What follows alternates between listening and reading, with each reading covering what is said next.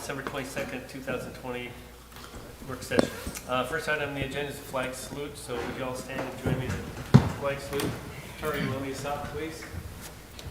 I pledge allegiance to the flag of the United States of America and to the republic for which it stands, one nation, under God, indivisible, with liberty and justice for all. Okay, first item on the agenda is public comments. This isn't time, and Tara, you're the only person that's going to be talking publicly, and we have you on the agenda. So I don't think there's any other public comments. Hearing none, or seeing none, I should say. We'll move on. Review of the agenda items for the upcoming URA board meetings. Discussion on homeless camp proposal by the Devereaux Center. So you're up. If you just give us, you got a PowerPoint?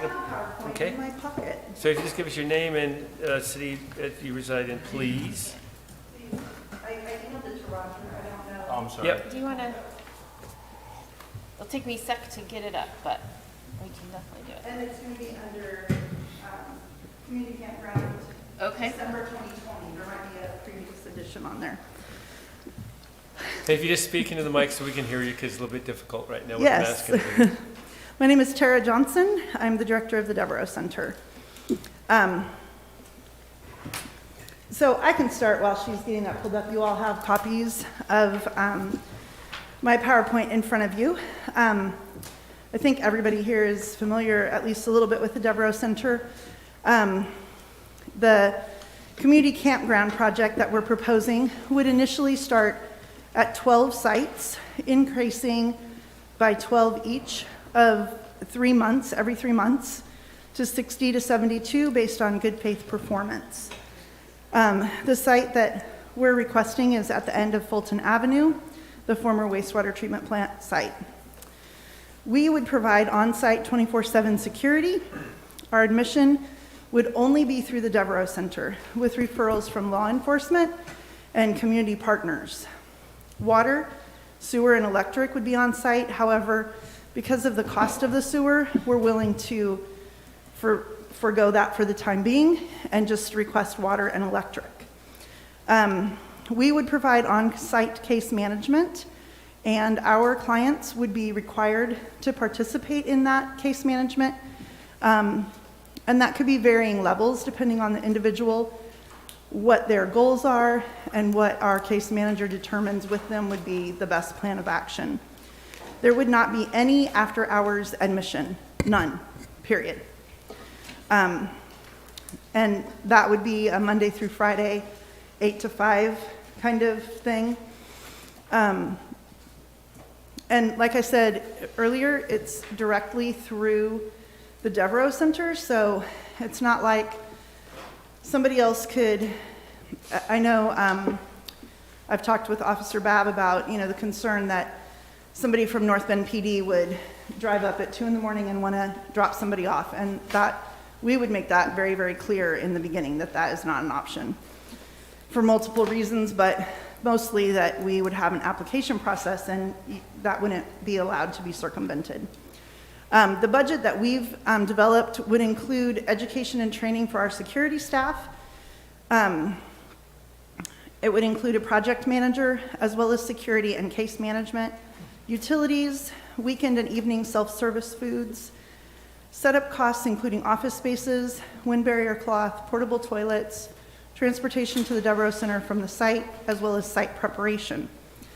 Direct client costs like clothing, identification, things to help them with their case management plan, and transportation costs to return to family or supportive friends when that's appropriate. Our rules would include no violence to themselves or others, no weapons, no theft, no fires, no persistent disruptive behavior, no drugs or alcohol on the premises, and regular check-ins with their case management, and return to the campsite by 8 p.m. nightly. We would also have consequences if there were violations of these rules. We have a trespass policy at the Devereaux Center, and I would imagine that it would be similar for this situation, depending on, obviously if somebody's being violent or has weapons that they're not willing to surrender, that would be an immediate reason to leave. Whereas at the Devereaux Center, we trespass them for a period of time, but once you're gone from this, you're gone. So there need to be some modifications there. If you, It's not wanting to pull up. oh, well, don't worry about it. You can see teeny tiny pictures of Rogue Retreats urban campground. And obviously they have like wood chips and things like that, but in our case, because of the wind, we wouldn't have wood chips, but we would come up with something so that the site is visually appealing, focusing on cleanliness. And they've kept theirs very, very clean. When we went and toured their site, it was actually incredibly well tended to. We would have limited amenities to encourage moving up.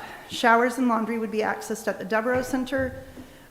We would offer running water, toilets, and electricity only on a limited basis. This is not where we want them to land. This is not their final resting place. This is just a step to get them while we continue to move them in the right direction. Again, you can see some more pictures. I apologize that they're tiny, but I can email, well, I emailed Roger the PowerPoint so he can forward it to all of you if you want. Phase 2 could perhaps include pallet shelters that would allow a longer-term solution and decrease on wind barrier concerns or wind load concerns. You can see on slide 8 that they're well-made, they're expensive, and they could be an option to have 1 or 2 of those for people with greater needs, recent hospitalization or mobility issues, someone who's not able to get up off the ground. We would probably get 2 of these to initially have as like our security guard shack and our case manager's office space. They're great because you can totally spray them down and sanitize them, unlike a wooden structure that would have other issues. So then I have the Devereaux Center and our basic services. Just for those of you who don't know, we offer breakfast and lunch Monday, Tuesday, Wednesday, and Friday. We have a collaboration with the Coos Waffle Project on Thursdays from 10 to noon. Previous to COVID, people came in and prepared waffles. Now, because of COVID, it's all to go waffle sandwiches. We have free laundry, hot showers, internet and computer availability. We allow people to make and receive phone calls, mail, clothing closet, and various support groups. Unfortunately, all of our support groups are currently suspended because of COVID-19. We also offer more advanced services, including replacement identification. We do require that people volunteer for that before we just give them their ID. I had a stack in my drawer for a while, and the DMV doesn't issue refunds. Who knew? Sorry, that was a joke. So I said, this is ridiculous, because once I have an ID and I've spent the $44.50, there's no way to get it back. So we started requiring volunteer time, and guess what? I have none in my drawer.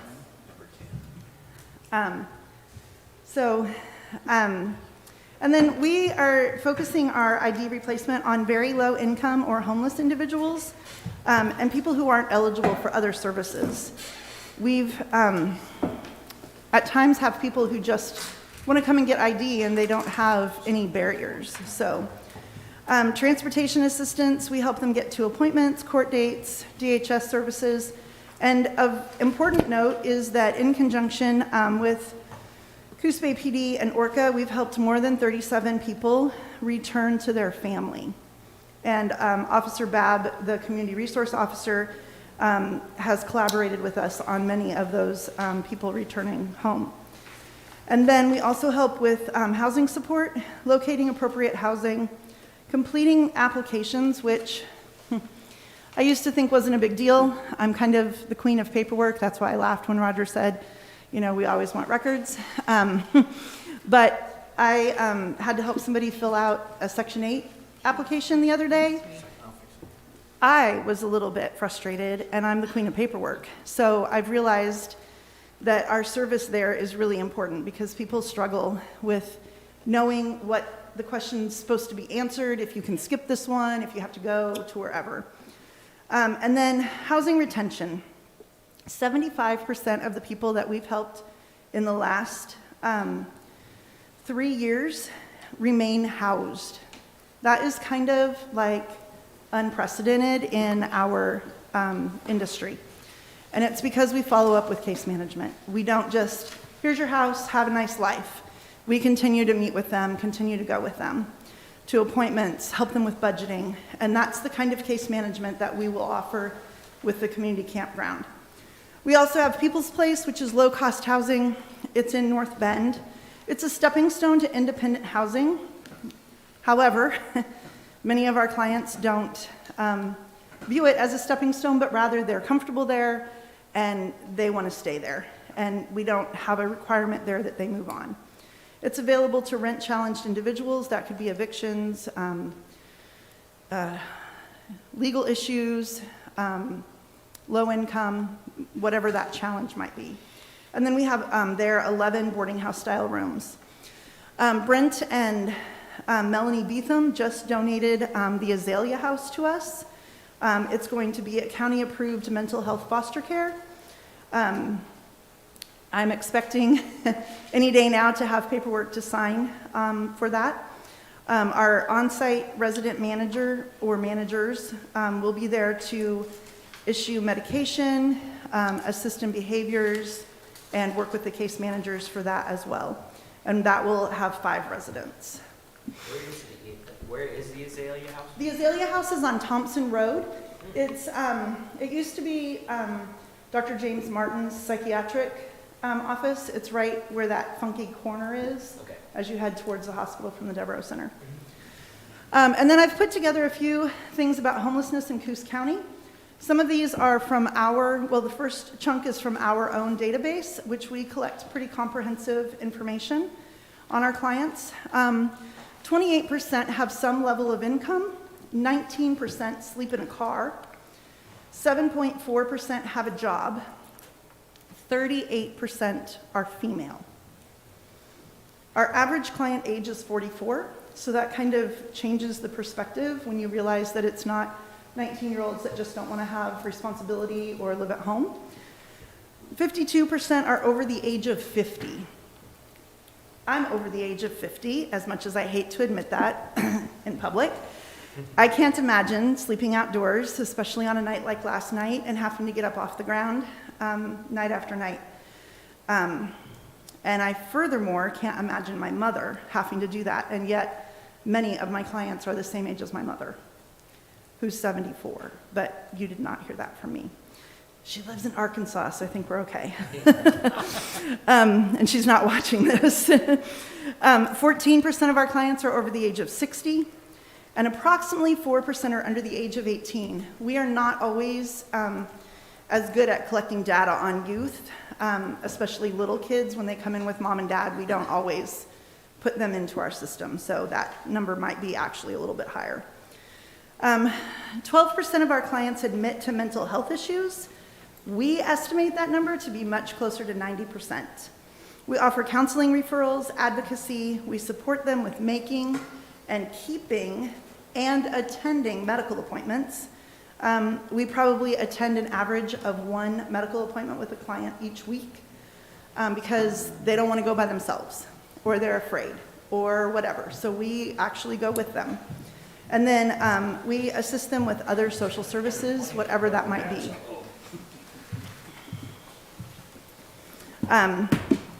Trauma. 5% or more of our clients were in the foster care system, and that number is probably a little bit low because we just recently started collecting that data.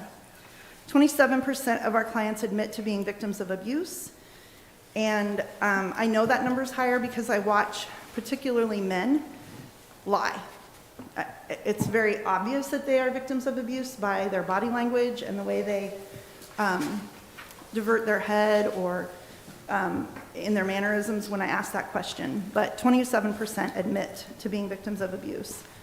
And most of our clients are very slow to trust anyone because of past trauma. Another reason that a community campground will allow us to build the relationship of trust with the clients.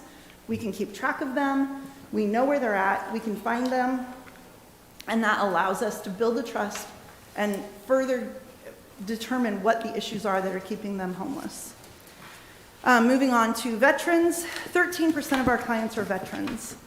We assist with advocacy, referrals, support services to local and regional organizations, and perhaps most importantly, we help restore their self-esteem. Again, we have times when veterans don't want to admit that they're veterans for various reasons. Sometimes it's because they were dishonorably discharged many years ago, and we've helped several veterans overcome that because of current changes. We're able to help them appeal that dishonorable discharge.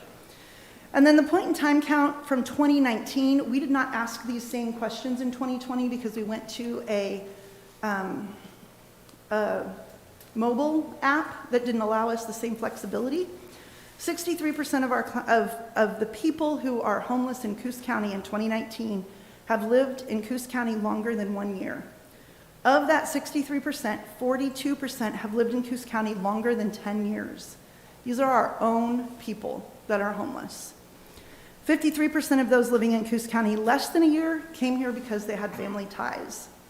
61% of those living in Coos County for less than a year drove here. And 14% of those living in the area came via bus, but we didn't ask who purchased the ticket. The Devereaux Center does ask when people sign in. The vast majority purchased the ticket themselves, or a family member bought them the ticket, and then things went bad. So that's the end of my PowerPoint, and I'm happy to answer any questions. So the site that you're talking about is where our old wastewater facility was, correct? So this is me personally. I think there's some on the council that are hesitant in this location, and they can speak for themselves if they wish. I know one's not here this evening. And I support this project. League of Oregon Cities, I'm not sure what councilors were on that conference that we had this year, and they had the Medford program in there, and it's been successful, and I think it's an excellent model. Did you go down there with Officer Babs? Okay. Yes. And I know how impressed he was of that. So I don't know, I'd like to see staff maybe look for another location because I think it's something that we need. I can't speak for the rest of the council, but I'll just start it off. And the other thing, we have a homeless committee, Tara, I think that you're familiar with.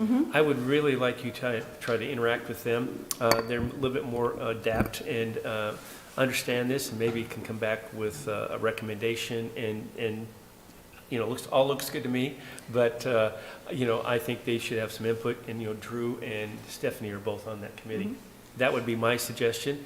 You know, I don't know the time frame, April. I think if we could have done this last year, that'd been great, but unfortunately we couldn't. And as you've referenced, there's been, we had this working at a church facility, and it was a need, and it is definitely a need. And I would like to, I don't have it in my PowerPoint because it's not necessarily as politically correct, but I want to reiterate that two things. One, this is not a tent city. Right. It's very, very well controlled. And I realize that what Pastor Ford did at Harmony was valuable, but people understand that, oh, somebody's not here for these 22 hours out of the day. Somebody's here from, 10 to 12. Their behavior modifies from 10 to 12. And so that would not be the situation here because our security staff would be well-trained. Right. And it's not going to be a free-for-all, show up, and there you go. So I just want to make sure that that's really, really clear. Yeah, the only thing about the location is that I know that's utilized a lot by locals and tourists to access the bay for different activities, whether it's climbing or whatever it may be. And so that would prohibit that activity. And I think that we would have some pushback on that. And so I would like to find a place that would be more accommodating maybe. And I think maybe we can have staff look into that. And I commend you for doing this. I commend you what you've done at Devereaux Center. And definitely you filled some needs and you've been successful in what you've done. And you're still doing it. Good for you and thank you for us. So anyway, council, you want to chime in, or Roger, or anyone at this time? Anyone else? How do we feel about this? I do like that site. I would feel that there's a way we can make an access point for the community down to the area that they do use. One of the values of that site that I think we shouldn't overlook is where it is geographically. One of the challenges that you encounter with any setup or shelter or homeless area of this type And I think one of the things that was seen at Pastor Ford's area is even if you are saying you can't come onto this property, you've got a direction that you're looking at, but you've got a tree line. Or anywhere else in town, there's gonna be four corners at which people can go into that camp and do things they're not supposed to be doing there, or transport things they're not supposed to be transporting there. The location where wastewater treatment plant 2 is covered by water around it. So a controlled access point to prevent people from entering who aren't supposed to be there or intend to do something for whatever reason, it's a lot easier to establish a controlled point of entry at that location. And I do think we can make a path down to the water for the rest of folks. Okay? Anyone else?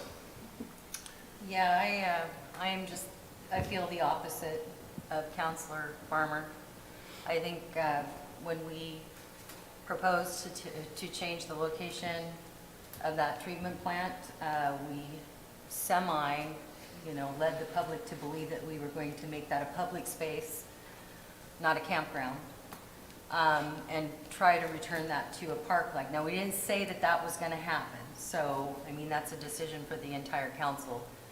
My question, Tara, is that location picked for a particular reason because it's close to you, or what closer to you than maybe someplace else would be? Are you open to other options?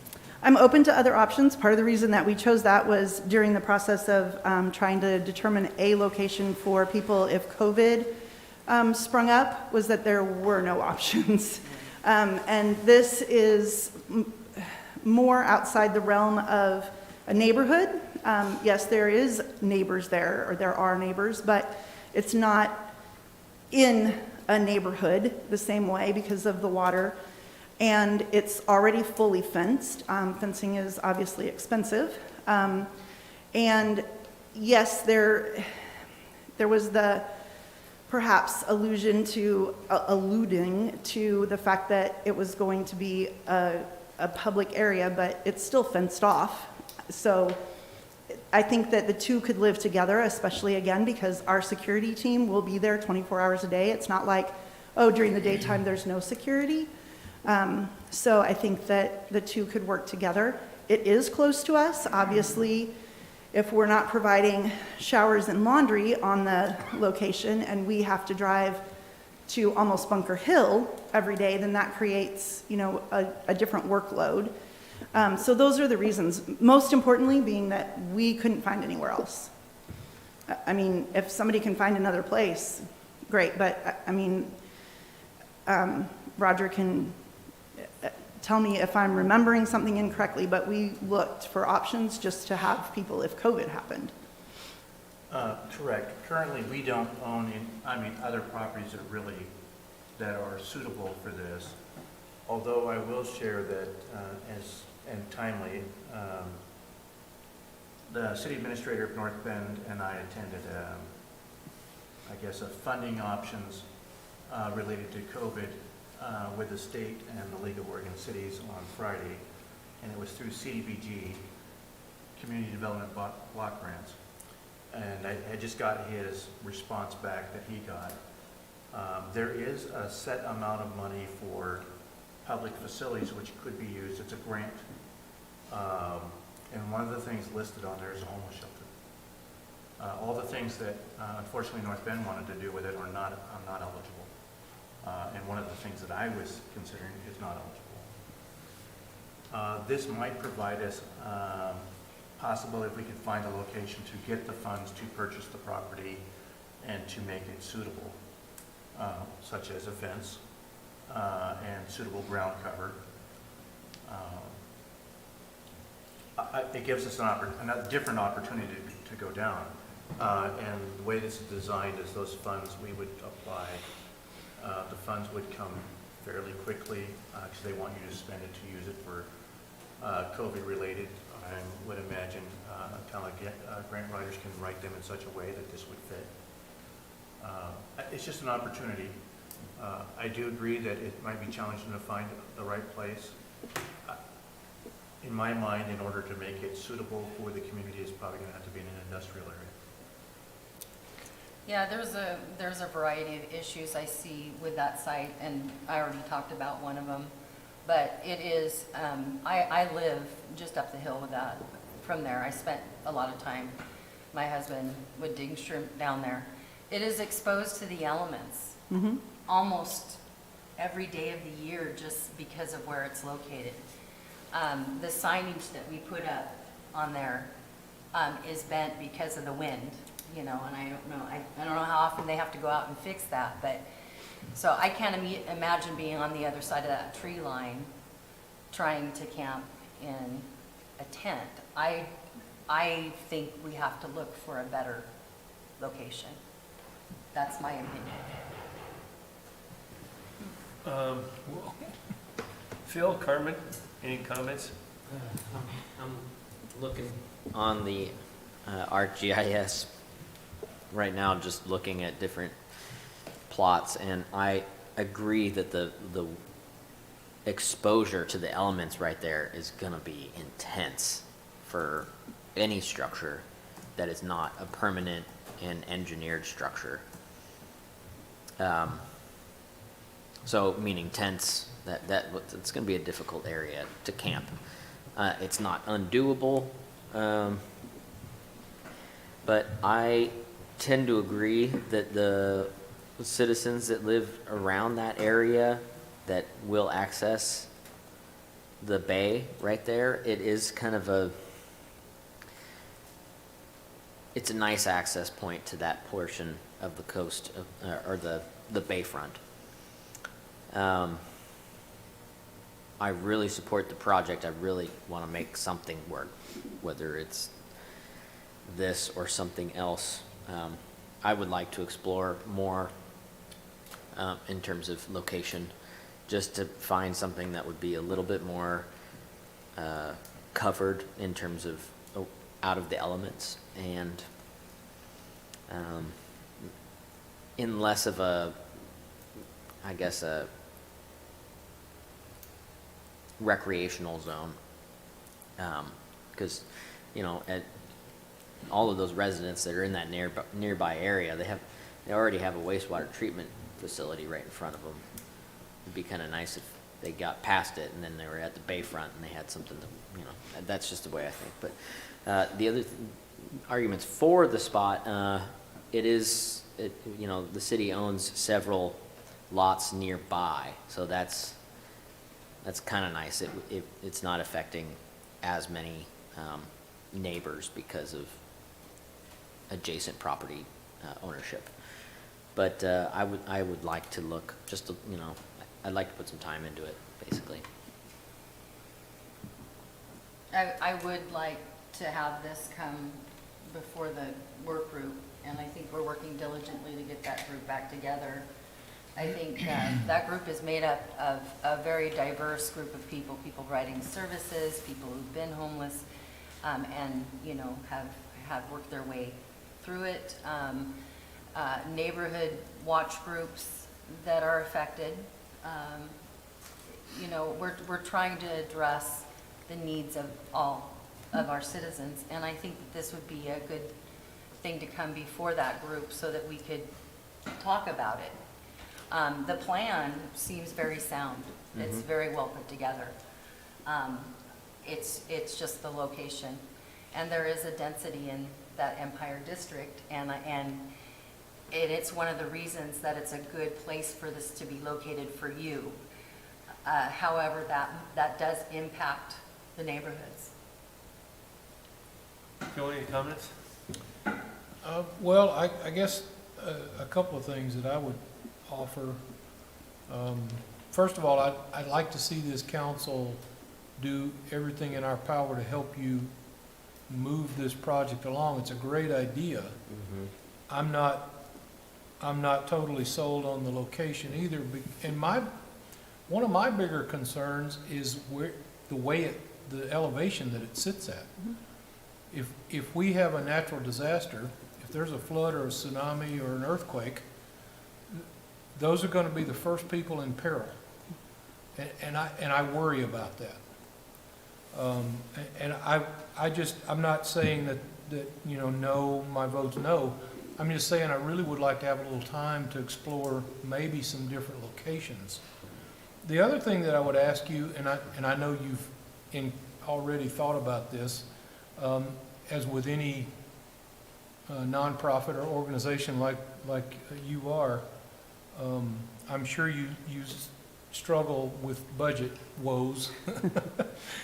And this feels like a very expensive thing to maintain, to run and I mean, if you have 72 sites, that's a lot of people, that's a huge expense. And I just want to make sure that we're not allowing you to fail by just letting you plow ahead and us not trying to be a safety net for you, because I know that's going to take a lot of money. And I'm sure you're aware of that. I just want some reassurance from you that, yeah, everything's going to be okay. We've got this funded. So I'm in the process, as we speak, almost literally, the banes of paperwork, of writing a grant that is through the state for specifically homeless shelters, homeless prevention, and if that grant is awarded, then it would cover the first year of operating expenses, which would then allow us to continue building on those for additional years. The first 12 campers are actually the very most expensive, because you're dividing 24 hours of security among 12 individuals. But as we grow, then the cost per camper decreases. And I believe as people see the success, Rogue Retreat has experienced an increase in donors, because people are grateful to not have someone in their doorway. They're like, oh, well, if this is helping keeping people out of the doorways, then here, I'll help pay for that. So we're kind of hedging our bets, so to speak, on a year's worth of grant funding and then ongoing support between the community and other granting organizations. That, I mean, homelessness is a big issue, and it's not going away, unfortunately. And in all honesty, when July 1st hits and people can get evicted because they haven't been paying their rent, I think our homeless population is potentially doubling. I mean, it really could, because we have a lot of people that haven't paid their rent. So it's the whole idea of, if we do nothing and we're burying our head in the sand, the problem's only growing. So this is, again, I'm not set on any location. I'm set on doing it. And if we can find a different location, a better location, great. I have not yet been able to. So, if city staff can help me with that, great. The wind load is a concern, but we would put the wind barrier, I call it weed barrier cloth, it's really wind barrier, but on the outside, and the initial tents would go right up against that first fence, so the wind would go over the top of them. And we would have sink 5-gallon buckets into the ground that the tents could connect onto. So I did think of the wind issues and some of those things in light of that specific site. Again, I'm not saying it's the perfect site. It is a tsunami risk. It was the only site I could find. So, Tara, I don't know if I missed it in here, but are there utilities to maintain on the property? we're asking the city to reconnect the water and the electric. And then we will pay all of the utility costs, the ongoing monthly fees. Because the more people that you have on that site, the more your maintenance costs, your security costs, and your utility costs are going to be. Right. So yeah, and we realize that. it does actually increase your It does, budgeting. but when you have one case manager for 12 people, it's not going to take that case manager necessarily all that time. So a case manager typically handles between 15 and 25 people. So the first 12 are going to get a lot of attention and a lot more expenses going into those initial 12. So there's, ups and downs with that. Yeah. So let me see if I can sum this up, and council jump in if I'm incorrect. So first of all, we have a homeless committee that, as far as we're concerned and I'm concerned, this should go through first, and then they can go through the details and make a recommendation to council. Kind of the way I believe it should be done, and I hope the council believes that's what we have a committee for, and that's what we set it up for. Second of all, this is not our number one choice of locations, but we would like to have staff look and see if there's another alternative location that might work, that would be more acceptable to the council. But this is not out of the realm of being, as one of the options, I should say. Did I sum that up, everyone? I think so. Okay. So if you don't mind, and Tara, I mean, I don't think there's anyone on this council who does not want this to happen. I definitely believe that this is one step out of others that need to happen. And I think the others on the council believes the same thing. And I'm pleased that you're stepping forward and willing to take this on and have done what you've done so far. Thank you. Let's be in touch. Roger? So possibly for next steps, since I hear an overall willingness to pursue this, is that staff can check with the state on available funds for CDBG. We can also ask our realtor of record if there are any industrial vacant lots for sale. Currently, should we get the CDBG grant dollars for consideration, we can run this by the homeless work group, and I would say for timing on that, Councilors Kilmer and Farmer and I are going to be interviewing the applicants next week, and it's quite possible that we'll be asking you for ratification or appointment of people to the work group on January 5th, and it's possible we could try and schedule a meeting for later in January, and this could be on that agenda. And these could all work together. By that meeting, we might know if CDBG funds is even available, if there's a site that might give us time to look at that. I will tell you, in my mind, we need two different sites.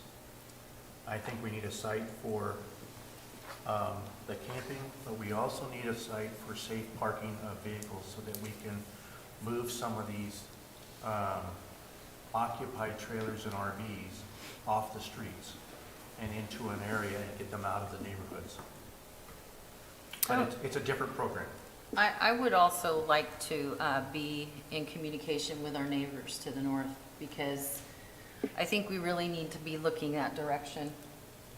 No, I agree. I mean, yeah, I mean, we have some other ideas that we've talked about, and I mean, this is one step, but as you, down in Medford, and I don't know if you went through it all, but they have multiple things that they're doing down there.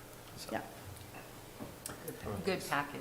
All right, And everyone. I've had conversations with our neighbors to the north, and they're not opposed to helping in some manner. Okay. We're All right. talking about North Bend? Is that Yes. Yeah. not Florence or I something? couldn't think. Not that far I'm north. sorry, I'm a little bit lost tonight, I don't know. I was like, who are they? They're to the north. Thank you so much. Tara, thank you. No, Appreciate it. thank you. Thank Thank you you for for your stepping up. efforts. It's amazing. Thank you for your time and Merry Christmas. Okay, so next item that we have before us is discussion regarding facade grant program changes. So, Jim, are you handling this? Carolyn's taking time from her vacation to join us. Oh, There Carolyn. she is. Yes, you definitely are Hello, someone how are different, that's for you? sure. We're good. How are you? Thank you for the time tonight to go over this. The council has had this program on its radar for some time. You, in the 80s and 90s, when you created your urban renewal plans, it was very clear that you wanted to see the buildings in the downtown and the Empire area improved and restored. Following that, over the years, you've had the facade improvement program, and in your fiscal year 2021 goals, you talked about exploring how you can expand the program. So staff has spent some time on this. This last spring, spent quite a bit of time looking at some other examples. We looked at Astoria, Oregon City, Pendleton, Sandy, LeGrand. All of those cities have some very successful projects using their programs. So we took what we thought were the best of that and kind of whittled it down into something that the Coos Bay Downtown Association could take a look at. so that they could provide you with some recommendations as well. And I think as staff, we're fairly comfortable with what they have kind of funneled from what we first developed. If you look at the memo from them, the second page is really the heart of the matter, and it discusses a number of options that the council could consider for the program. If I could, I'd like to just go through that briefly. The first would be to increase the financial cap for improvements. At this time, you've got a $25,000 cap. And one of the ideas was that cap increase could be considered for very key buildings and key areas that really provide the biggest bang for the buck for folks coming in and for use. The second idea was to expand the program to include building life safety improvements, things like sprinkler systems, elevators, electrical, plumbing.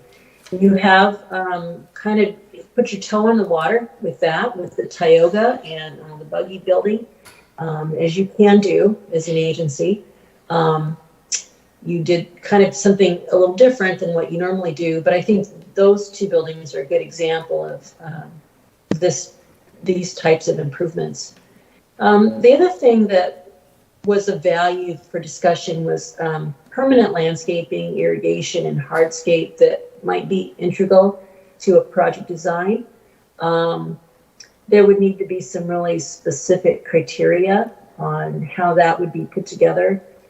We wouldn't want to see temporary things, but there are a number of landscape projects related to development in our area that are very attractive and really offer an appeal and are integral to the success of some of those businesses. The third idea that was discussed was to consider financial incentives to develop housing as a secondary use in these areas. As you know, housing is an important part of what goes on in a commercial area. They're kind of the eyes and ears of the area, and I think that's very valuable. People are there to enjoy the amenities of downtown and provide a lot of activity. Another thing that came up was the potential to fund designer or architectural services for a certain amount of a project.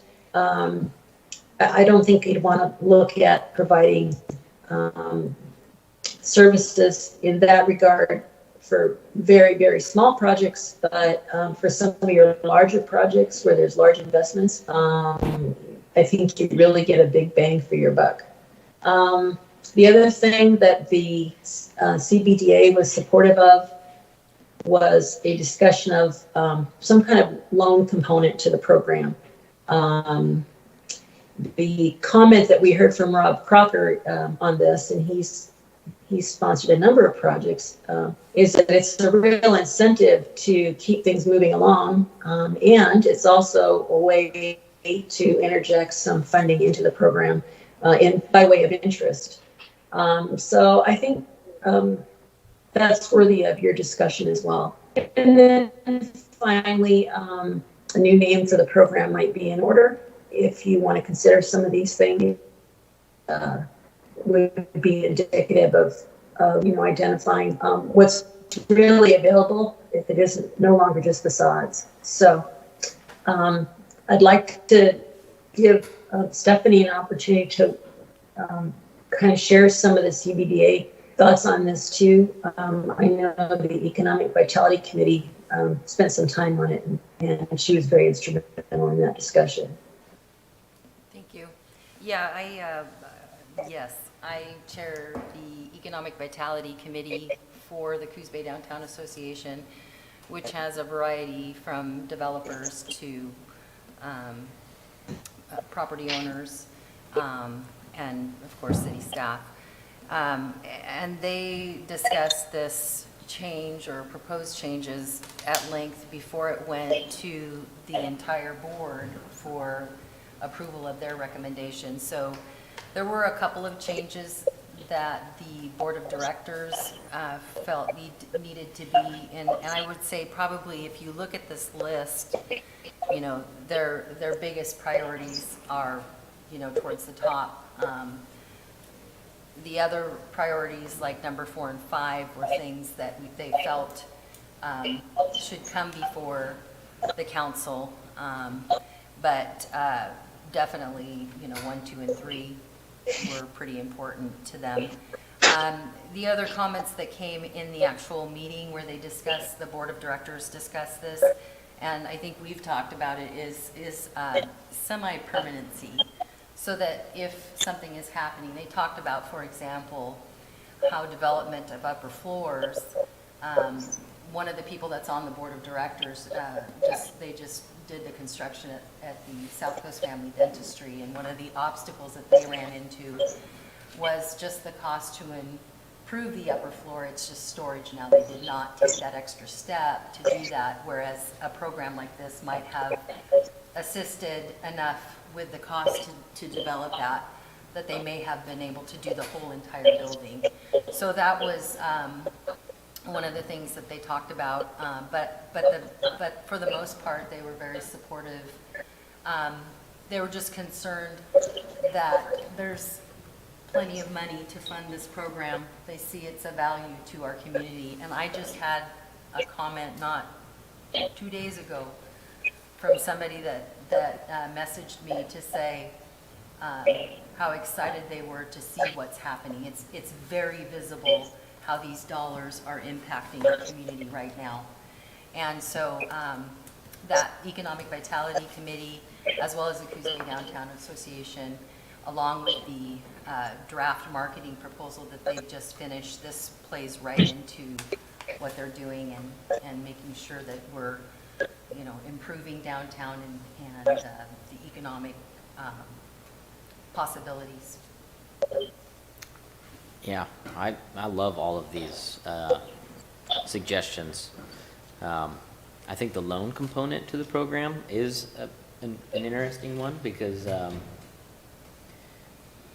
you know, reading some of the comments about our post for the facade improvement grant that we recently got, one comment that really stuck out with me, and I was reiterated a couple of times, was some places, some business owners might not have the matching dollars to complete some facade improvements, and it could be really helpful if there was a loan component. And I happen to agree with that. I'm not sure if that necessarily means that the city needs to take on those kinds of risks, financial risks. You know, as we are putting money into the community, you know, I'm kind of working through this right now. This is an investment in another business, and you know, making sure that they're financially solvent is probably a good call for if we're going to be throwing money at a privately owned investment. But I could see a loan possibility being something very useful. But you know, these building fire safety things, I know that that's a huge cost, and I could see a lot of value in that. So I love all these suggestions. These are great. I think the loans in particular stand out to me the most. One of the things I've heard time and time again from businesses in the area or agencies that work with businesses that are trying to develop is nobody can get loans. Banks won't loan them the money to do what they need to do to get their business moving or growing. So to what extent we can back that, that would be priority one to me. So I think it's great. I enjoy some of the things that we've done. Now, we're still going to be able to do facades, right? Even though it's not listed in here? Yes. This is just an expansion. Okay, expansion, Yes. yeah. And I like the loan program. I just don't want us to be involved in operating the loans. And so are we talking about CCD doing this or what? Yeah, that would be my suggestion, and I've had a discussion with Teresa Hagan, the executive director for CCD. CCD already provides those services, not only through small business loans from the feds, but they also provide investment or loan services to the Port of Bandon and the City of Drain, who uses a portion of their money to help with economic development. I think they would be willing to do that. We would have to work out the logistics as far as how do we support them for the services rendered. But they go through and they would take the application, they would do the credit checks or the evaluation of the application and the program. They would also do all the loan servicing. And More, of course, they would probably get a portion of that revenue back to them for So- doing that service. So the other thing, are we talking about an equal match still? It didn't show that on this. In fact, I think it shows that that's really a variable, and that's really a discussion for the agency. You know, I think that truthfully, first of all, I think the amount is way low. I think that first of all, I think we should increase the amount, but not limit ourselves to the amount. I think that we need to make sure that there's a statement somewhere that people understand that they have the ability to get more. We've already done that in more than one instance, but I think sometimes people need to realize that's available to them and that the agency has that ability to give. I think that's what they're saying in A, is that it increases the cap. Yeah, but I mean, The amount to be but let's say determined by. what if we put the cap at 50,000 or 100,000? But there's a project like the Tioga where we gave more than that. But I think that we need to make sure that it's stated somewhere that's available to them to approach the agency, because some people don't realize that. yeah. So the other thing I'm thinking about, I think 50-50 match is too much. I really think that we should lower that match. I truthfully think we should start at like 25%. We need to make this attractive. Basically, this is taking off, but it took a long time for people to really start taking up. You know, how many first years, 2-3 years that we've been on the council, 4 years before this thing took off? Now it's really taking off. But I think that we need to, I mean, like Drew mentioned, it's hard for some people to really do what's necessary. I think that we need to be cautious what we do, but I think there's some availability that we need to, they need to have skin in the game, but I'm not sure if they need to have 50%. And I think maybe a lower amount, but that's me. Yeah, you know, the more I think about this right now, the loan opportunities are all already available through CCD. It's not something that, you know, thinking about it, I'm like, well, that's a separate application. And it might muddy the And- waters for us on And Carmen, like I said, that was one of the last priorities that the group that discussed this had on their agenda. It wasn't on their radar. It was there. Yeah, They talked about it. And Carolyn can probably, because she's on that committee too, but the board Right. of directors actually moved move that one down. that down. So- I was surprised. You know, the skin in the game that you're talking about, Joe, I mean, that's kind of what I was alluding to as well, is like, we have to make sure that it's a sound investment for the city to invest in this facade improvement or these improvements in whatever sector they are, that it will be semi-permanent, you know, meaning that the business or whatever will stick around for longer than 5 years. And if the potential project isn't within the scope of their budget in any way, that might be a risky investment for the city or the URA. Yeah, you know, and that's one of those things that depends. I mean, you have to kind of see if it's a building, even though it's a tenant, it could be the building. You still are upgrading the building, which will still be there even if the tenant changes. That's true. You know, those are the kind of things we got to, and here's the other thing. I'm not sure that sometimes we shouldn't fund 100%. Here's an example. Right now, our businesses are facing COVID-19 criteria and dilemmas and impactness. Yeah. And at some point, at some time, if someone said, let's take Carmen's, he already has this, so we can use this example. But if they came and said, look, you know, I need this to have outside dining, I need heaters, and I need this, and, you know, the budget money I'm getting from the federal government and the loans, or not the loans, but the program money I'm getting, I can't use that to help me do that. So for me to stay in business, or even try, I need to be funded 100%. Now, is that something that we shouldn't think about? I think it's something we should consider, and we should have that in here that because we can change that, but no one knows that we have the ability to do that. It's something that we should consider at times, I believe. I have a feeling that if you open it up for that, then people will go for 100%. Well, I mean, but it depends. I don't just think feel it's- like somebody that as a business, and I operate a business too, that I do have to have skin in the game to make it, to show my commitment, especially when we're using public money. But let me ask you this. And that's what it is. It's not our money, it's not the city's money, That is true. it's the But- public's money. True, but if you have a business that has more than skin in the game and they got everything they tied up in that thing, and they need a way to help them because nothing they've done is what's made this happen, COVID, Yeah. which no one could expect. Yeah, and that's the hard part right now that a lot of businesses are facing is that So, lending is difficult. and I don't think that we put on their goal fund 100%, but I think that we need to have the availability and flexibility that's in this in some fashion that people understand that's an option. You And can- it's up for The us to nice, decide. the nice part about this, and I keep talking, is that we do have that flexibility. Correct. And by having that flexibility to do that, we discuss it in the open in front of the public. I agree. Whereas if you just put it in there and say, we'll fund up to, that kind of just makes it permanent in the document, whereas otherwise it would be discussed and the public has an opportunity to comment on it as well. And that's what I'm saying, but we need to state that somewhere so they know. Because the average person off the street comes in and they get a grant under this, not facade, whatever it may be, and if it's not listed in there in some fashion, that they have the ability, or at least that, they could ask, they don't know. Yeah, and it might deter them from applying if the 50% matches with it, outside of their range. Although, there's always adjustment to the plans that can lower the amount that they're asking for, which would lower the amount of the total project. One thing that I do like about our current setup is that you have to completely pay for 100% of the project and show that you're able to pay for 100% of the project currently, and then you will get the money back.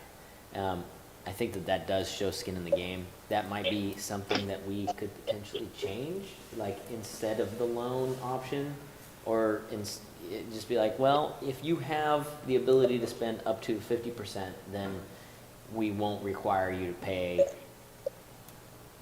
Or I don't know how to do that. I think we just need to have Brainstorming. flexibility, but I think that we should raise the limit, first of all. So Yeah. let's start there. What do we think the limit should be raised to? Nicole doesn't want my answer, so. 25,000 I think is pretty good with the caveat that you could go. See, I think we should, I would say 100,000. Are we at 25? We're already at 25. Oh, it just says It says to exceed. exceed It 25. was general so that we had the flexibility to go. I should say that I think we should say to cap to exceed 100,000 based on project value, and that means we can increase it. Well, Well, then you're saying you can go higher than 100,000? Yes, and we have. It's not like we haven't. And how much did we have in the program? Well, this year we budgeted 750,000, and I assume we'll be able to budget the same next year. wow, really? Well, right, and the thing being is, the more that this increases, the more value we create, the more value comes in. But the point being also is that we have a budget. I mean, if we, and we can put in there that we cannot exceed the amount that we have. And so, but there's been times we haven't spent what's been in the budget for this either, right, Nicole? Right. We still have 140,000, don't we? Left this year? Yeah. Yeah, it might be a little bit, more, but. I want to say it's right around As 150. people become aware of the program, more people apply But if for it's a it. project that warrants 100,000, I mean, let's use the Tauga, perfect example. I mean, that warrants it. I mean, that, if you look at that, it's like, I drive by and see the improvements on that, I say, it's worth it, Oh, absolutely. So there might be other projects in the same thing, but I think that we have the ability to say up to 100,000, but they have to justify it. I mean, the floral building, we did 100,000. The what? The floral building on Front Street. Oh, yeah. But we that did was 100,000? that was two different budgets, right? It was. Right. Yeah. But, I mean, you could, Two But- different budget years. Yeah, but we didn't have to do it 2 budget years, we could have done it in one, or whatever. So in the past, I seem to remember that there was two different caps. It was like 10,000 for tenants and 25,000 for building owners. Am I completely wrong in that? I believe that was in there. Like, I want to say it was 7 years ago when we were doing our building. So, No, I believe that's in there, and I think, and of course, this all started back in 2005, 2006, if I recall. But I think there was just some different thoughts on there that if you did it for the tenants and they left, you may not be able to recoup that. But I do agree with the mayor that generally most facade improvements have lasting effects whether the tenant stays or not. But you definitely have to have buy-in from the building owner. Right. yeah. Well- You certainly could look at a different way, and you could say that as a general rule, you'll put in up to $50,000 unless a project merits additional consideration by the agency, or you could make, and that's an arbitrary amount. I'm not So suggesting. just through in the language that would show that there's flexibility in increasing that number and how the program You have at operation. least 3 or 4 other projects that have exceeded 50,000, where the agency has put in 50,000. The Buggy Bank building was one of them. The Flora building, I believe we're at 50,000 for Ford. I was gonna say, where are we at on? And then there's the Masonic temple that was. Right, That one that's was- gonna be over 100,000. Yeah, so, And, you know, At least half a today, dozen. the cost of doing business today is much more than it is, I mean, you know this, Carmen. Yeah. And it's more than when I was doing it, and Phil, you understand that too. So, you know, I really think 100,000 is more than acceptable, and I think 25% still skin in the game. And, you know, and you can set it up with CCD, that their portion, you know, they can make sure it's funded in a portion and it's tied in, and it's like a lending institution that it's done. So it can make it work. Maybe that's me. well, I could see potentially going, you know, to 25% with some stipulations, like local labor being, you know, like required, or, you know, you could get something in there. But, you know, like with the building fire, life-saving improvements, I mean, that alone, to, you know, sprinkle a larger building will be well over $100,000. And if you, and you Easy. tie it into number 3, I mean, look what look what OHSU costs up there. I was just up there the other day, it's wonderful. It's beautiful. OHSU said that the students say this is the best living facility they have anywhere. So, Awesome. you know, that's the type of thing that creates, and it's an economic driver downtown. Look what it does. Yeah. So we could create more of those. So if you start tying these things together, even 100,000 is not a lot. 100,000 goes pretty Where, quick. are we on trend to spend all of our 750 this year, Carolyn, Nicole? I don't know, some Yes. of those pending, Because we had Carolyn saying yes. Okay. Well, I don't We know have- that I we have think we those will. grants pending at the moment. Oh, you don't? Okay. But this is just finalizing this year. We're not talking about the next year, right? You're talking about 140,000 This- left to spend this year, correct? This That's not budget. counting the Yes. 750,000 that we're going to budget for next year, which we have no commitments at this time for, which we could, but there's nothing that's pending at this time for that, correct? Right. Right. I'm amazed Thanks that to there's not COVID. more. Well, COVID, it's probably COVID. But I Yeah. think the council needs to commend themselves for what they've done when the urban renewal agency, which created this amount, to be able to be there. I mean, To tell you so, the truth, this is a perfect time to do a facade improvement. You're closed. A Right. lot of people are closed. yeah. So anyway, those are my thoughts. I know I'm kind of pushing a little bit on this one. No, I think 100,000 is not outside the realm. But I mean, if we're only doing 750, then that's, you know, if you do up to it, I mean, And we're not obligated to, let me ask you this, Roger. We're not obligated to grant anything if we don't wish, right? Correct. yeah, we don't have to say yes Nope. every time. I Absolutely. mean, we can put this out there. These are the guidelines, I guess, is what we're saying. And, you know, we're suggesting you make it. But I know many people see the 25,000 in the past, and they don't even apply because it won't even help them do what they need to do. So at least 100,000, I think, gives them a, you know, a hope that, you know, that, and maybe the possibility of getting more. I would say that I like the 50 with, you know, maybe considered to go above. I don't know. But I'm not against 100. I just think the 100,000 attracts more interest into this program. And the other thing on this year that we're meeting this budget, you remember, Tioga was 300,000, right? Boogie Bank, these are big ones, with 200,000? Or how much was Boogie Bank? Well, actually, that one was a loan. Okay, and then we had floral building at 100,000. I mean, we had some big ones, but that's all right. And that was all through Facade Improvement Grant. Yep. URA stuff, yeah. That's what I thought. So let me ask this for aid of moving this forward. I believe I hear there's consensus for the suggestions that were made. Yes. So what the staff could do is come back with a document for your consideration. It appears like the only thing that's really in question is there an amount, a ceiling amount that you want to place in the document? And we could bring that back to you with a couple variables that you could consider at a meeting for adoption. We have a couple of counselors missing, so we probably need them in there. And Phil and Drew have been quiet on this whole thing. Well, They haven't had a I've got chance. some thoughts I'd like to throw out there when it gets to be my turn. When It's there's your a turn. pause, Just say it. when there's a pause in the air blowers here. Phil always likes to go last. So I worry about $100,000 and then within a short period of time, you know, and you can't control how successful a business is gonna be. What if they fail and they walk away and we've spent $100,000, you know, on something that I wonder if maybe we could build a component into this. Thinking about the loan program, I wonder if maybe we could build a component in there to where, once we got to a certain point, we can loan the rest of it and let the loan be like a progressive forgiveness loan. The longer they stay there and the longer they function and the longer they serve the community, we can forgive the interest. You see what I'm saying? You know, and you get 5 years down the road and then the interest is just forgiven. We forgive it a little bit at a time as long as they stay in the building and keep it up and they're successful.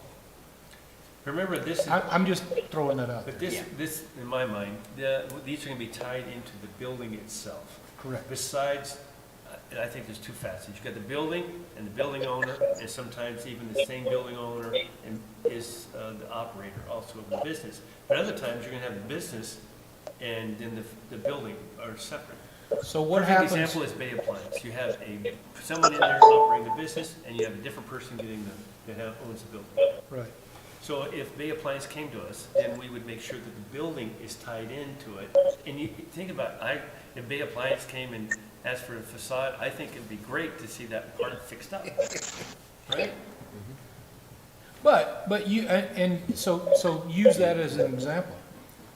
Let's say we invest $150,000 in fixing up and helping them fix up the facade of that building. And then a year and a half, 2 years down the road, something catastrophic happens and they fail. And the next person going in says, I don't need it, don't like or don't need any of that, we're gonna tear it all off. Well, but And we spent $150,000 on the they building. can't tear it off because it's obligated to stay there for a period of time. Well, and that And- was but that's a my- concern of the Economic Vitality Committee as well as, more so even the Board of Directors. The other thing that and Carolyn may be able to talk about this, but one of the concerns that one of the board members had is that we're funding an improvement that's going to improve, should a property owner decide to sell the building, then they profit off of that investment that the city made. And you know, I think tying into, Rogers mentions before, some other things, I think if you sell this within 5 years and you got to repay back that investment. And I think that's reasonable too. I'm just throwing it out there, and it's an idea to think about. Yeah, no, I agree. I'm not passionate about this at all, Jay. So, Well, you've been working on it for a while. I mean, this was one of the things that you talked about in Oh, 2016. you know, it's a hugely successful program, and I think we do need to expand it. I have no question there.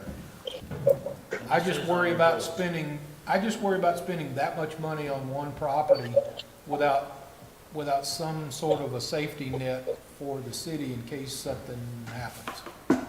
I guess that's my biggest deal. you know, I could see if you sold the business or the building within the 5 years and you repaid it, it would basically be a loan for fixing up your building so that you could attract new buyers. And I think that would be, if you put that in a stipulation, I think that would be totally fine.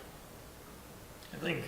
You got all kinds of comments, Roger. Drew? I think doubling the value up to 50,000 is a good first step to see what the outcome is of that, generate some data, see how much that drives up interest.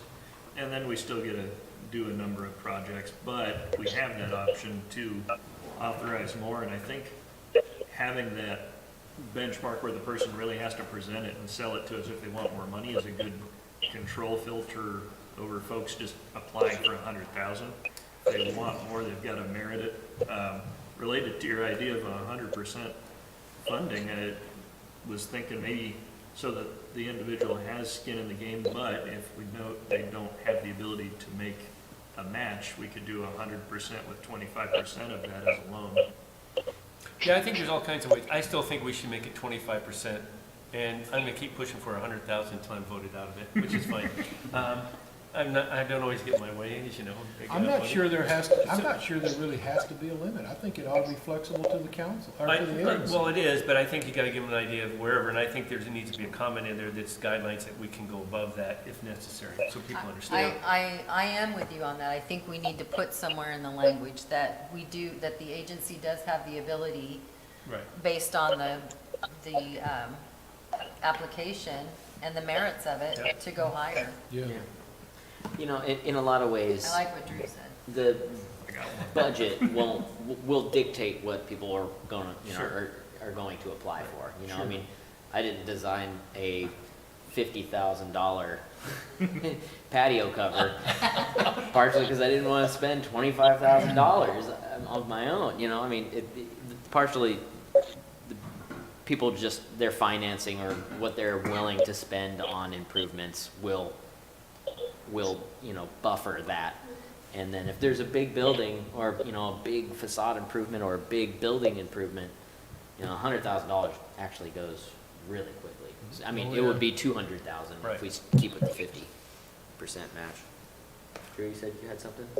No, I just said it a bit ago. Oh, okay. All right, Roger, you kind of got the consensus and not? I think we have some direction, and I think this gives staff something to work on to bring back to you. And as I mentioned, while you're getting coffee, Mayor, this is on your goal list, so we're on track for this one. And I really appreciate all the work that Carolyn's put in. Yes, thank Thanks, you. Carolyn, yes. Thank She you, was Carolyn. You make a invaluable presentation on your to the vacation, committee. right? You're welcome. Yes, she is on vacation, believe it or not.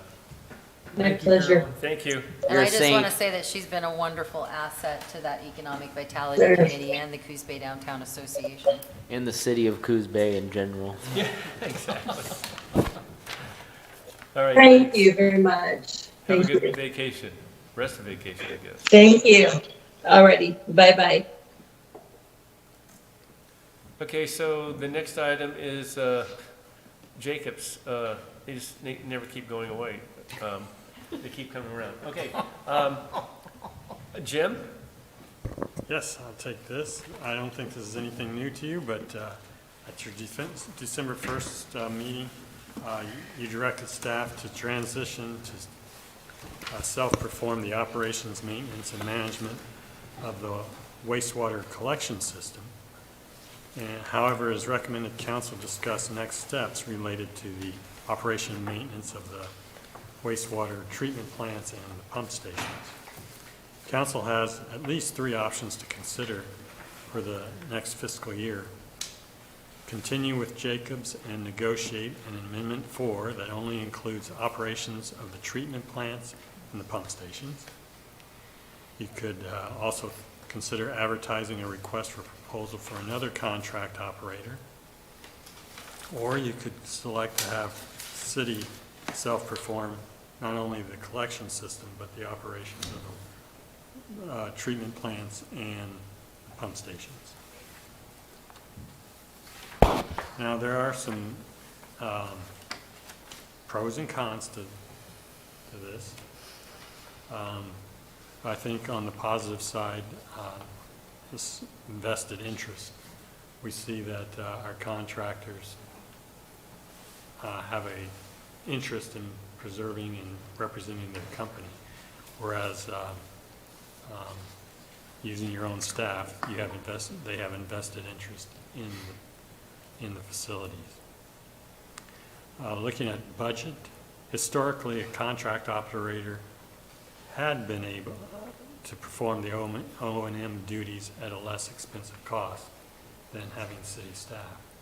But in recent years, and now with this contract amendment, we find that city staff can probably perform the work for the same cost, if not cheaper, than a contract operator. And then we've had some issues with records. Our contract operator is the keeper of records, and it's sometimes difficult for us to obtain those. And self-performing would allow this information to be readily available. Employee development. Contract operators have established training programs in place, and it's vetted. And the city would have to develop these programs if we were to take over maintenance.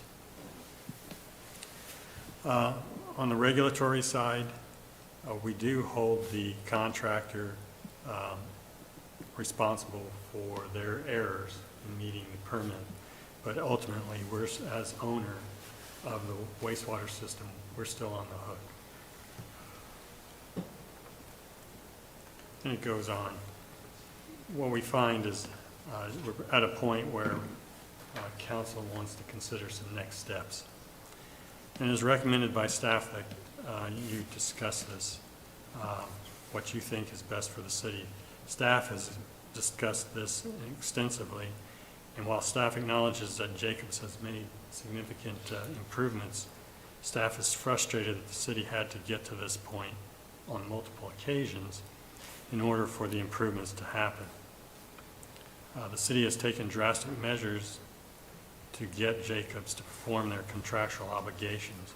We've performed third-party audits at the city's expense. We've issued several notices of breach letters, hired consultants to prepare transition plans and explore the city's options. And lastly, council made the decision to have us self-perform the collection system maintenance. While staff understands the immense challenges associated with self-performing both the collections and operations of the wastewater treatment plants, staff wants to assure council, if you decide that we should self-perform all wastewater operations and maintenance.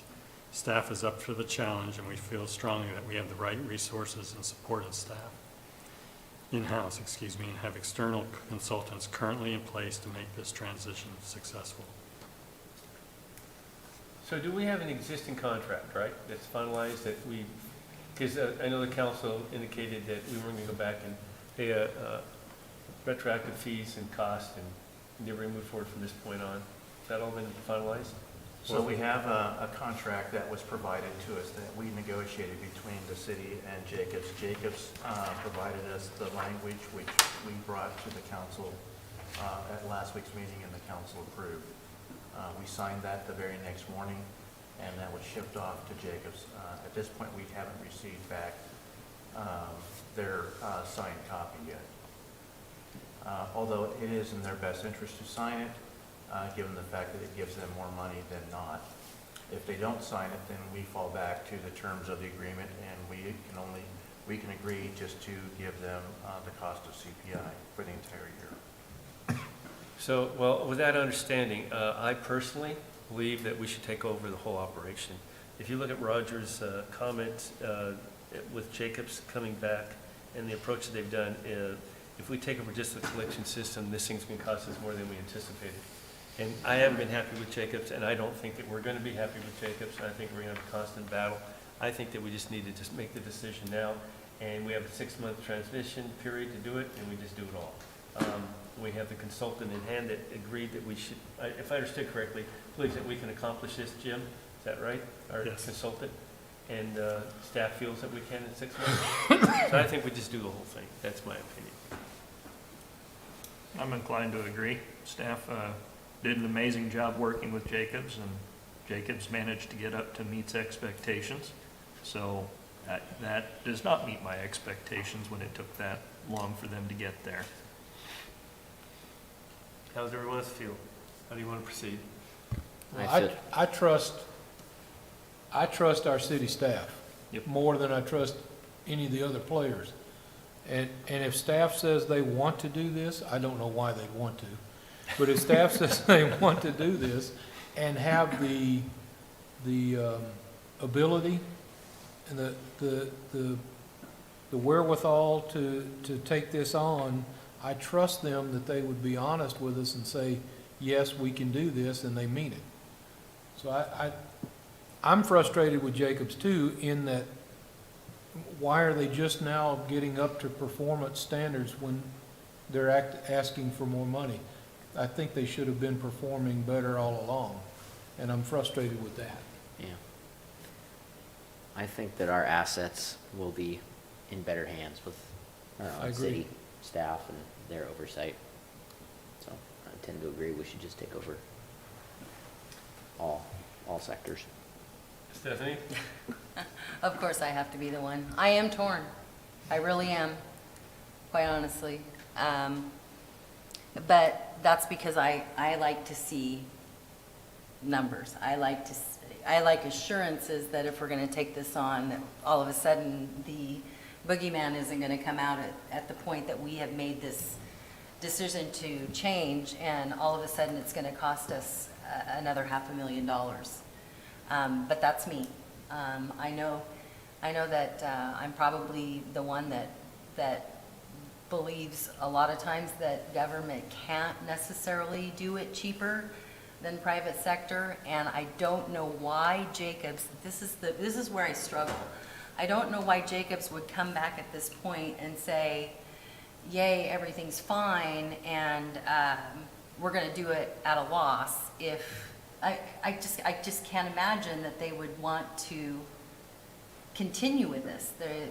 To me, either somebody's pulling the wool over our eyes, but I don't think that big business can do that. I just don't think business can try to do that. So while I am so concerned with what the staff has been facing with this and the frustrations, I also want to make sure I am that person that says I want some assurances that if we break away, that the citizens who are already facing rate increases and things like that aren't going to all of a sudden have to come up with double the money. Well, my only concern is if we can't, from what we've received from Jacobs, and I understand from what you stated, Roger, for clarification, in my opinion, we can't split this out because cost effective is going to even be more. So it stays with Jacobs, or we take it, if I understand correctly, from what you've gotten back from Jacobs. Correct. Basically, what they're stating, and correct me if I'm wrong, Jim, that if we self-perform the collections, they're only giving us $90,000 credit Correct. off the entire contract. So The over $2 million contract. So there's not a cost savings for us doing it. They're not letting us split it out equally. Yeah. And what's it going to cost us to do the collection? So how is that possible, that they can only give us a credit of $90,000 if we know it's going to cost this much? Exactly. Well, So, I mean, and I know that you've fought and negotiated and tried. I'm not questioning what we have done. Well, I think we can bring information. Obviously, you can't make a decision tonight. You can hash this through. But in order to make such a decision, you're going to have to do so at a future meeting. We can bring you, we actually have the budget of what it would take for us to run it. We can bring you, in my opinion, 3 budgets. 1, the status quo, what does next year look like? And I think we have those numbers from them. 2, what would it cost us to run it based off of the consultant's information? And 3, what does hybrid look like, that if we took collections and they took the operations, what does that look like? And then you could make a comparison on the numbers. and there's one other factor that we keep forgetting, and we've talked about in the past, over all these meetings we've done. we've talked about if, keep staying with Jacobs, but we also talked about hiring a project manager because we felt someone needed to oversee this project for us. That was gonna cost us $130,000. And we don't keep mentioning that, but it's something that we talked about in the past because the way it was before, our staff was being inundated with overseeing this, which was impacting their jobs. So we needed to hire a separate person because we also have the FOG program coming in. So that was all going to be happening. We had to hire a separate person to oversee Jacob's operation of this and also to hire the FOG program. And that hasn't been factored in yet. Well, I did say I was torn. I didn't say it was one way or the other. I am Well, torn. I agree with Stephanie, and I'm on that same boat that you're on, and that's why I said I trust staff. If they tell me that we've looked at the numbers, we know what it takes to operate this, and we can do this and it not be one of those albatrosses that ends up around our neck, then I'm okay with that. I'm kind of like Stephanie, although I'm not asking, show me the numbers, I'm just saying, give me some assurance as staff that you're willing and able to do this, and it's not gonna cost us more money. That's my only thing. I'm willing to let staff have that benefit of the doubt. And I do share the concern about potential cost increase. The thing that puts me on the other side of that is that Jacobs has not achieved adequacy with what we're paying them. And extending a little bit into another field of what I do is from looking at the trend they're on, wanting the 33% increase, making it down to, I think 11% is where the contract ended up. I don't think that they're gonna stay back down from that over time. I think what we're gonna see over time is this situation here and throughout the state progress towards the situation that created the CIS program, where private insurers ended up getting so outrageously out of skew while also providing lower coverage. It ended up that the cities throughout Oregon had to make a pool of money and just self-insure through that. I think what we'll end up seeing is the cities throughout Oregon make some form of consortium or plan in place to assist cities in taking their own services in-house. Because 3 cities have already done it. I was asking Roger about this earlier today. And I've talked to some of my colleagues at the LOC about that potential, because I do think this is going to go that same direction to where private companies become unfeasible either for failure to perform, cost, or both. Yeah, I agree. And years ago, I was on the council when we switched, and this was cost effective. It was the right thing to do, but I think the pendulum swung. How many cities have left Jacobs in Oregon? There's 3 that we're aware of. I know another small one in Washington that we're aware of without doing an exhaustive search. They've gained, I know they gained one in that same period. Okay. I think the difference is we know that public employees with the required benefits of the state generally are more expensive. I think the difference is that we're not feeding a corporation, and there's not a management fee or a profit margin involved. But I also think it creates stability with the employees, because that's obviously been a problem with Jacobs. They have not had the stability with the employees because they're not paying what is necessary. So I think that's an attraction that we can maintain some stability in that department that we haven't had either. I agree. That is definitely the information that's been passed on to staff and to current and past council members, that with the change in ownership of the organization, because it's been bought out several times, that benefit packages and compensation packages have changed and not kept pace with what it once was, and thus we believe is the reason why they've had a high degree of turnover from the line staff up to project managers. And on other times, they haven't had the number of staff that they've said they were going to have either. We've been short, right? Because they've had a difficult time keeping the positions filled. Right.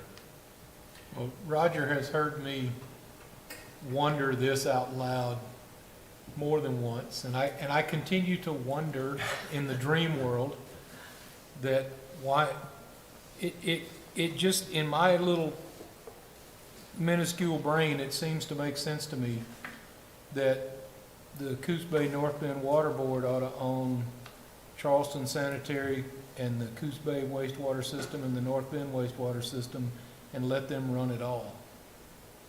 That's me I might have had that conversation last week. Yeah, well, I don't know about that happening. that's me dreaming way down the road, and I've been wondering that for years.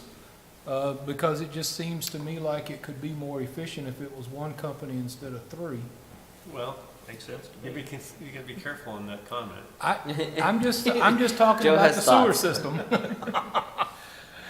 I It think, worked with the water system, it could work with the sewer system.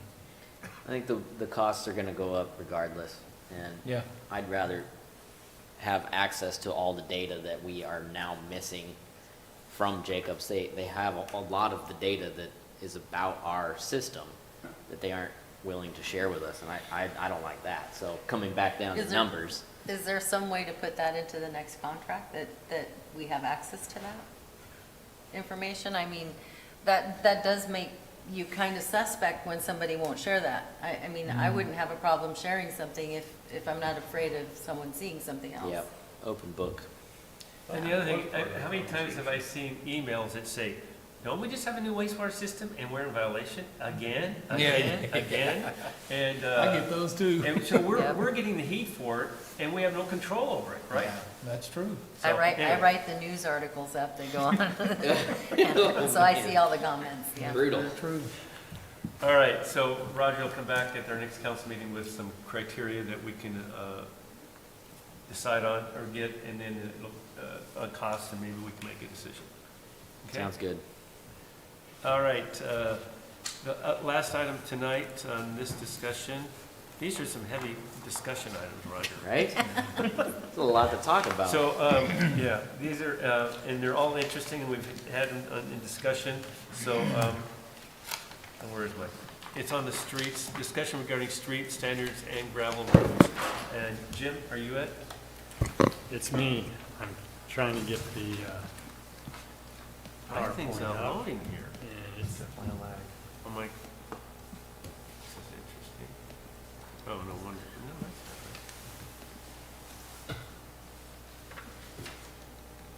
Let me try one more time to get the PowerPoint. I did put a paper copy in case I had this problem.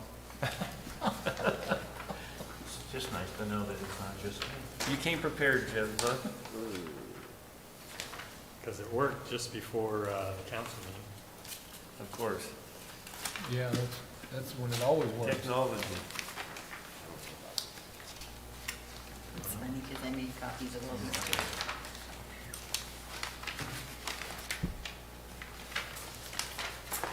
Okay, well, I got the first slide to come up. We'll see what happens. So Jennifer worked on this for us, and she and I are just pleased to talk to you about something other than wastewater. But this has to do with roads, and we want to talk about three different scenarios, maybe four, looking at recommending we consider reducing our street standards. What we need, what's required to construct a street in the city of Coos Bay. We've had issues with the developers being intimidated or turned away from proceeding with their projects based on our street standards. Not that they're unusual by any means, it's just the price of materials are such that, and labor, it's can be cost prohibitive. So what we're requesting council think about, have us as staff explore is looking at reducing some of the standards for our streets. Like maybe if the street serves, let's say, no more than 50 dwelling units, perhaps we reduce the standards, which are either 28 to 36 feet wide pavement and sidewalks, curb and gutter. Maybe reduce that, I'm sorry. Pavement thickness is typically 4 inches, resting on 8 inches of rock. Perhaps we look at reducing requirements for the depth of asphalt and the underlying base material. Understanding that if we do that, we may be shortening the lifespan of the road somewhat and increase maintenance costs over time. However, initial costs of the road would be reduced.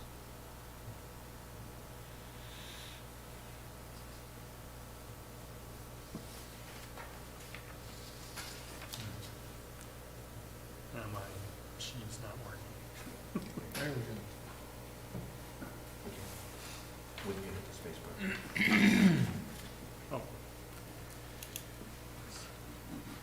So the typical width of the pavements, 36 to 28 feet that's pretty wide, but it allows for 10-foot travel lanes and then parking either on one side of the street or the other, or both. If it's 36 feet wide, you have enough room for cars to park on both sides of the street. 28 feet wide, you can allow a single vehicle to park on, or one side of the road to allow parking. If we allow the reduced standards, we could perhaps look at getting rid of the need for any on-street parking, perhaps getting rid of curb and gutter requirements and sidewalk requirements. Those are some options for us that we were thinking that we'd bring to the council. There's certain things that also add to the cost of new roads, and that's the topography that the roads are on. They may have to provide retaining structures, etc. Jim, are we talking about newly constructed roads or upgrading existing roads? Both. Okay. So like upgrading a gravel road to? Yes, even a gravel road, as our code is currently written, would be required to meet our full standards. So typically you plat, when a developer plats a neighborhood, they typically plat a street to 40 or 50 feet, right? That's correct, 50 to 60 feet typically. So if they're gonna plat one that wide, I don't really see the problem on a new street with making them go to, 36 or what have you, on a new, in a new neighborhood. Right. And we can have, I guess, variability in our standards, but still realize that the cost is what's causing the challenge for developers. Right. And so while they might have adequate right-of-way, the pavement width and the performance standards that we expect out of the pavement requires exceptional cost. But if they're gonna do 50 lots, and that's kind of the threshold that you've set it at. Yeah, there's nothing magic about 50.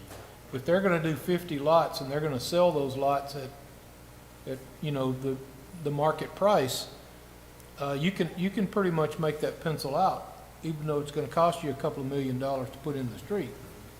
I guess my question would be, what if somebody was putting in a little cul-de-sac of 8 or 10 lots? I guess I would understand reducing the standards in that situation more so than I would if somebody was gonna do 50 lots.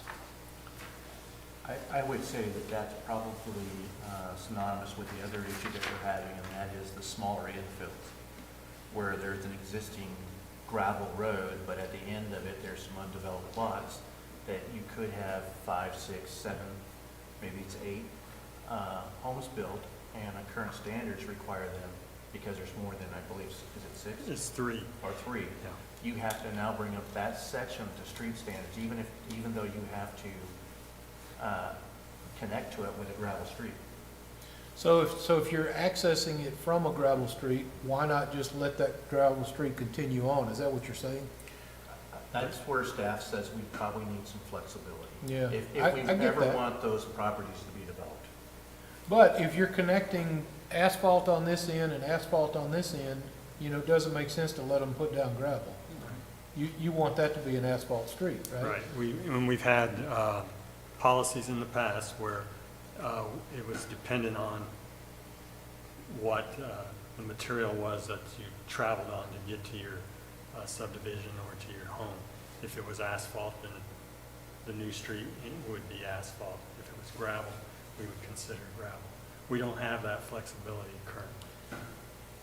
And correct me if I'm wrong, I've read that where gravel and pavement transition, that first 10 feet of asphalt is what gets really beat up, That's correct. because the gravel gets drug onto the asphalt and then it gets ground down in it. Right. So that's primarily why we wouldn't necessarily want to connect two asphalt streets with gravel, right? That's one reason. Okay. But by having these standards, you would have the flexibility to say that's not gonna work in that situation, Right. or this will work. Yes, what we would like to propose is that we come to you with some standards that are reduced. This is kind of, I guess, the sideboards, where we want staff to go with our streets, but recognize that there are situations in which we need some flexibility. And perhaps together with the fire chief, the public works director, and the city manager, we could waive certain standards or deviate from the standards. I guess in my way of thinking, when possible, you know, meet the current standard, but when that's not possible, either through whatever circumstance, I don't really have a problem with staff having that flexibility. Well, I think you need to have that flexibility if you want some development to happen. In Correct. certain circumstances, without the flexibility, the development's not gonna happen. Just like the one Roger stated with some development on some housing. So, you know, I'm not even opposed to, what do they call it? When you just put asphalt down with Strip paving. Thank you. Strip paving in some instances, I think that's allowed. It should be allowed. I don't think it's something we want to do all throughout the city, but in some instances, if you want to connect that gravel area and make it all asphalt, and with the parameters that, you know, you can't put if they won't allow a regular street to go in with sidewalks and all the things that need to be done, then I think we need to have some flexibility that staff has. So, I agree. We So have once- such a request right now where a resident wants to pave what's been a gravel street for many decades. And it's just, it actually is a gravel strip between two sections of asphalt, but we couldn't bring that road to standard. One, because of topography. One, there's quite the gully on one side, and on the other side, it's a hill. So to do that makes it cost prohibitive, and it'll never get fixed. If we were to allow strip paving in that area, and in this case, the homeowner wants to take on that responsibility, that actually would save the city money, because we wouldn't have to maintain that gravel street. And there's enough gravel on there that I believe staff could look at that and talk with subject matter experts to show that it wouldn't even make sense to grade that, or to pull out that existing street and put a new gravel base in. It's already there. But we just lack the ability to deviate from the codified standards to our own peril, in my opinion.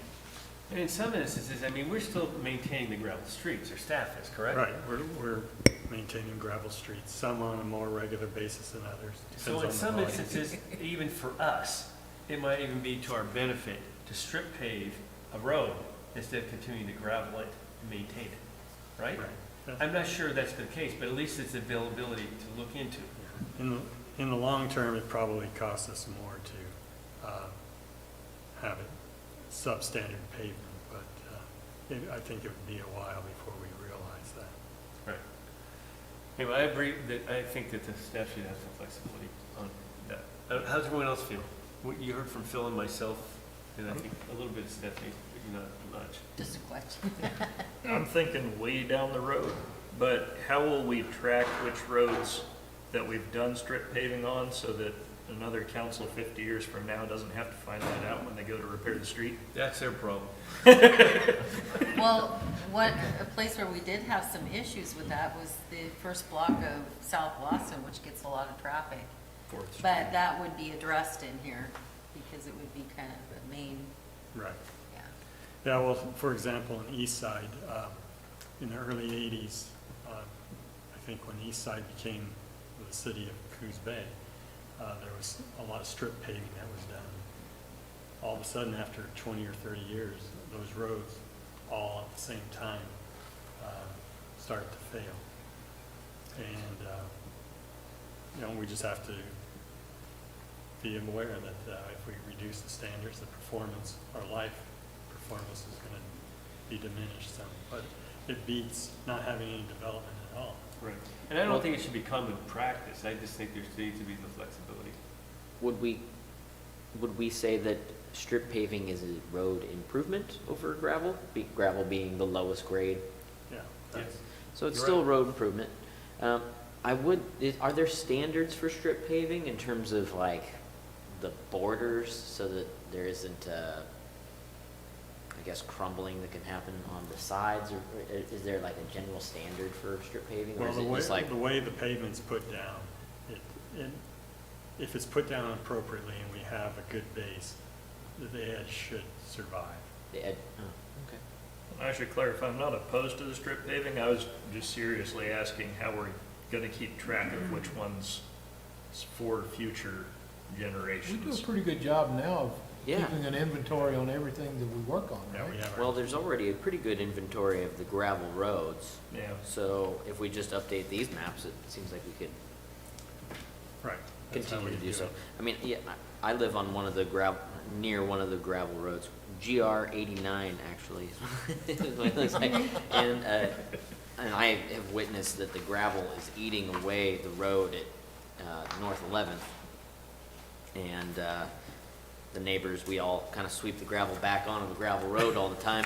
But it's causing a major issue. And I will say that from a citizen's point of view, I had the city come by and tell me that I need to clean up during our construction because we had a little bit of gravel that was on the road and that was not acceptable. But I was looking like a block down and the city had all this gravel on the road. It wasn't being held to the same standards, and I did think, as a citizen, like, I don't know if that really makes sense, So personally, if there was the ability for either neighborhood improvement districts or individuals to do strip paving, or even the city, just to maintain the existing roads, I would be in support of it. Although reduced standards always kind of scare me because I don't like to invest in things that won't have a long lifespan. So I'm kind of torn on this one. I was curious how much it saves in the development to move it from 4 inches thickness to 2. Well, I don't have a cost for 2 inches. I have it by the ton. And it's Can I give you an example? well, from that example, it's about $150 a ton. I have a real life example, because I got a bid on my street, So you must be GR 90. GR 90. There's 660 linear feet of gravel there. Mhm. The cost to tear that gravel out, put in a geofabric, put 8 inches back in, and do a 4-inch, $80,000. To strip pave it with a 3-inch lift, not 2, but 3-inch lift, is $23,000. I wasn't referring to the strip paving though. I was taking So- it from 4 inches to 2 and that sort of thing. Well, that's gonna save you, I don't know how many tons that is, but it's tonnage is from what I understand. Yeah.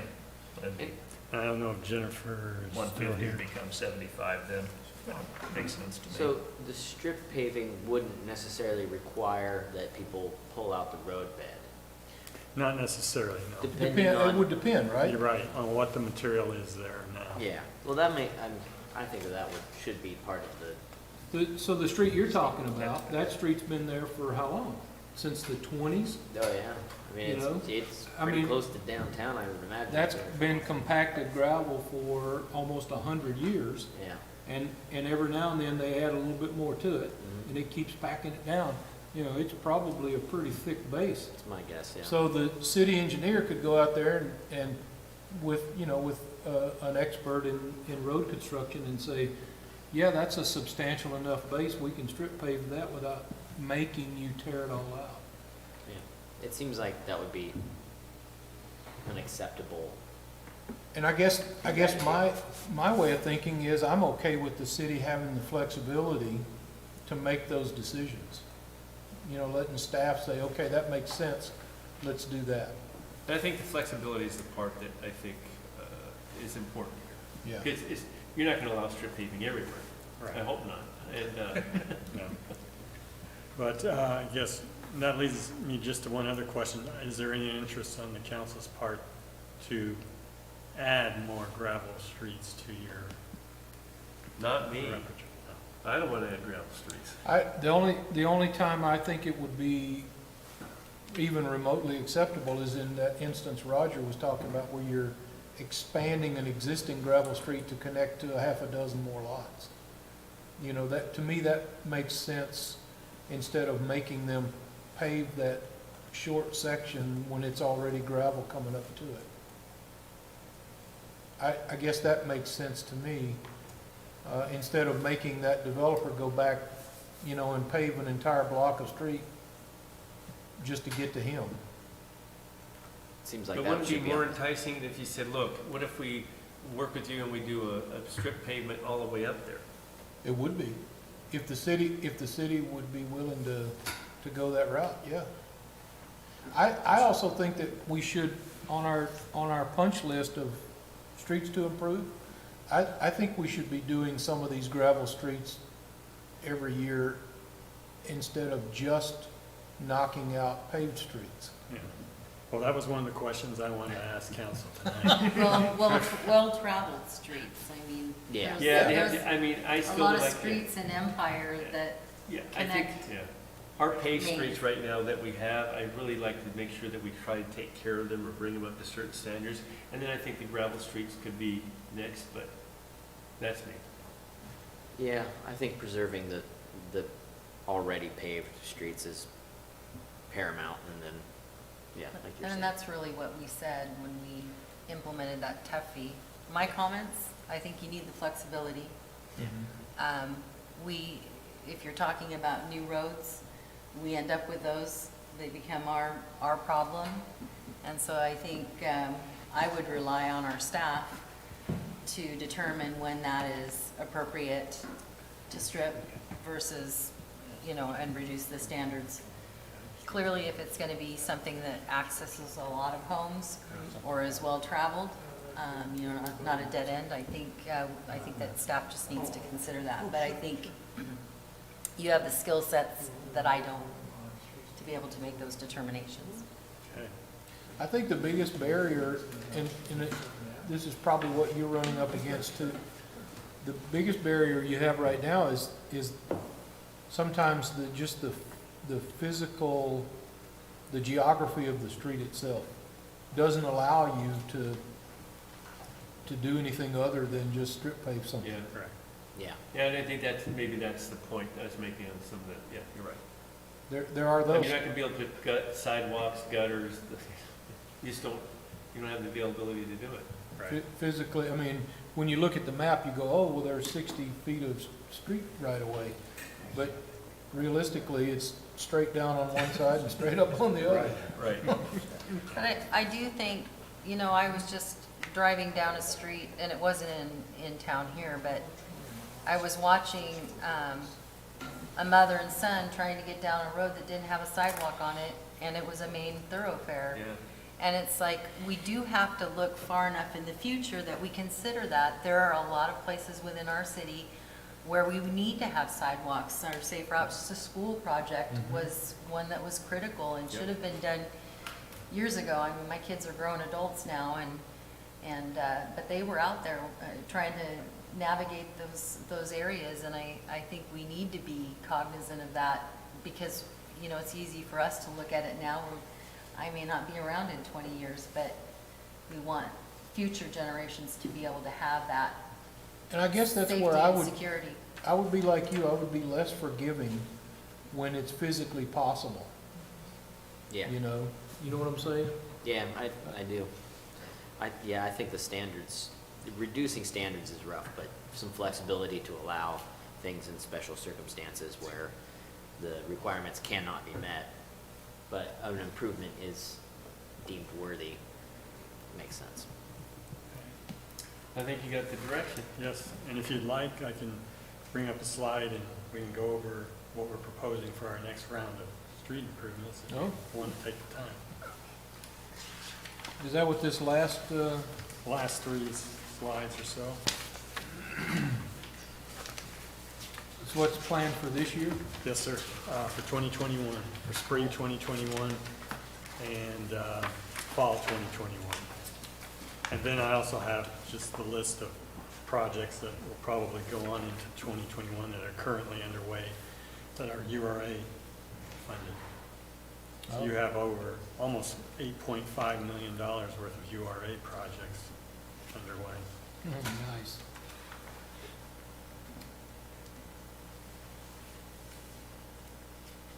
And this includes a bunch of potholes too, I see. Yes. And then there's the maps that accompany those, in case you are interested in seeing where these are geographically. So how are we doing on the potholes? Have we really knocked the list down pretty good? Yeah, Randy's pretty pleased with the number, but we tend to get more pop up. So this spring, as the weather starts to dry out again, we'll start seeing more potholes pop up. 2 steps forward, 1 step back? You anticipated that, though, Oh, going into this plan.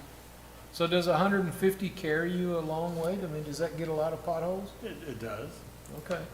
Yeah, generally your other street projects like F Street to D Street, it's gonna take care of a number of potholes when you do that one section. Okay. Yeah. And Randy has been fairly purposeful when identifying areas that need larger projects, whether they be grinds or complete overlays, was to take care of a number of potholes at one time. I think I'm real pleased, Jim, what you guys have come up here with, because I think it's reflective of what the council's been asking about for some of those detour routes over the east side. And it also includes what we do with that bus route from the new East Side Elementary.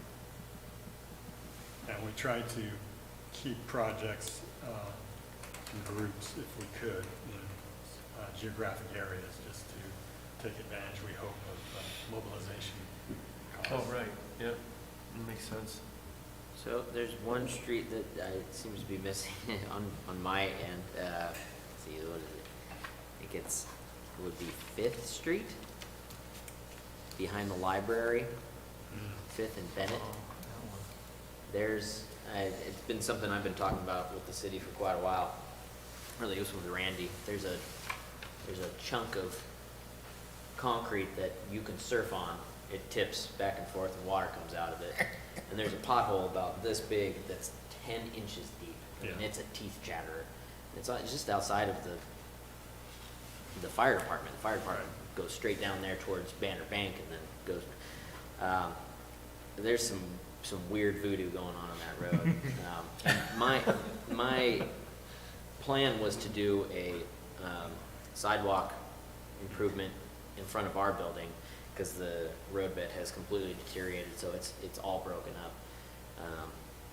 And I was hoping to pair that with a city improvement to figure out what's going on there, because our ramps will have to tie in somehow into the roadbed, but everything's moving up and down. I wasn't sure if that one is still on the list. I was kind of, Yeah, we may be able to address that either through the pothole, if it may be a little more than just a pothole fix. that's, I've seen it, yeah, I have a feeling that it's more than the pothole. and then if it's in the URA district, I Yeah. think it is. You might be able to use URA dollars for that. Yeah, we probably should look into it, though. That, Especially since the fire department uses it also. Do they? Oh, he's not here. Mark? Yeah, he I is see him, absent. I see him go that way quite a bit. Fifth Street is a main thoroughfare. It's in between, City Hall and the fire department, so. But, it is on basically a road that was at one point vacated? Is that road vacated at all still? That's Bennett is, the portion of Bennett on the north side of the, or south side of the library. So that is kind of a vacated, is it still vacated technically? It is at the moment. I don't know what will happen once the library moves. I see. Well, That'll be a decision for this time, hopefully to make. so you have surfed the chunk of, Yes. yeah, it's pretty freaky, huh? I mean, what's going on underneath there? Probably no good bit. With You that- may not want to know. Don't ask. Exactly.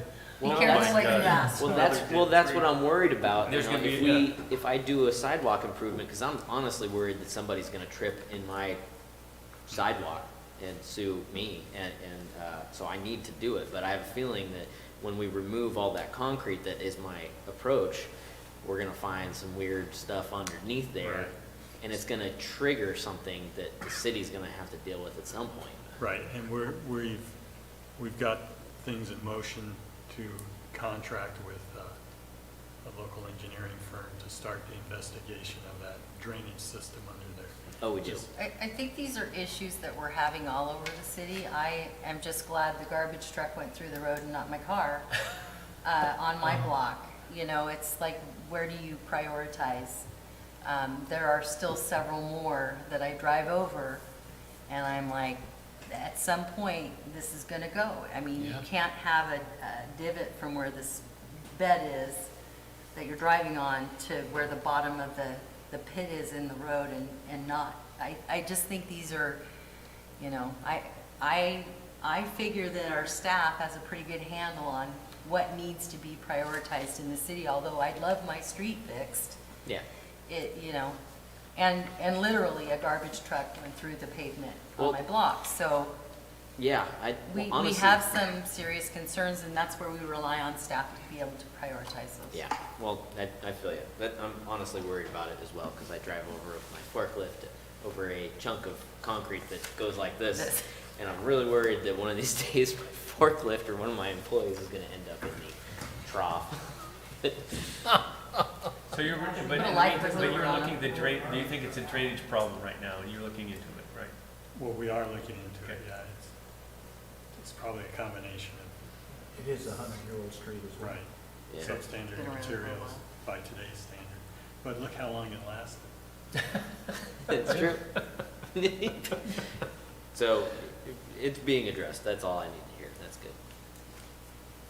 That's all I have. All right, well, good report. All good items tonight. I think we made a lot of headway, so I want to thank staff for putting this together, council. And is there anything else? Just All right, wish everyone everyone have a Merry Christmas. Happy Yeah. holidays, Merry And Christmas. Happy New Year. Well, yeah, I can definitely say that. Ball No more meetings games. till- A happy new year. Yes. Want to get 2020. It better, yeah, it's got to be better. Everybody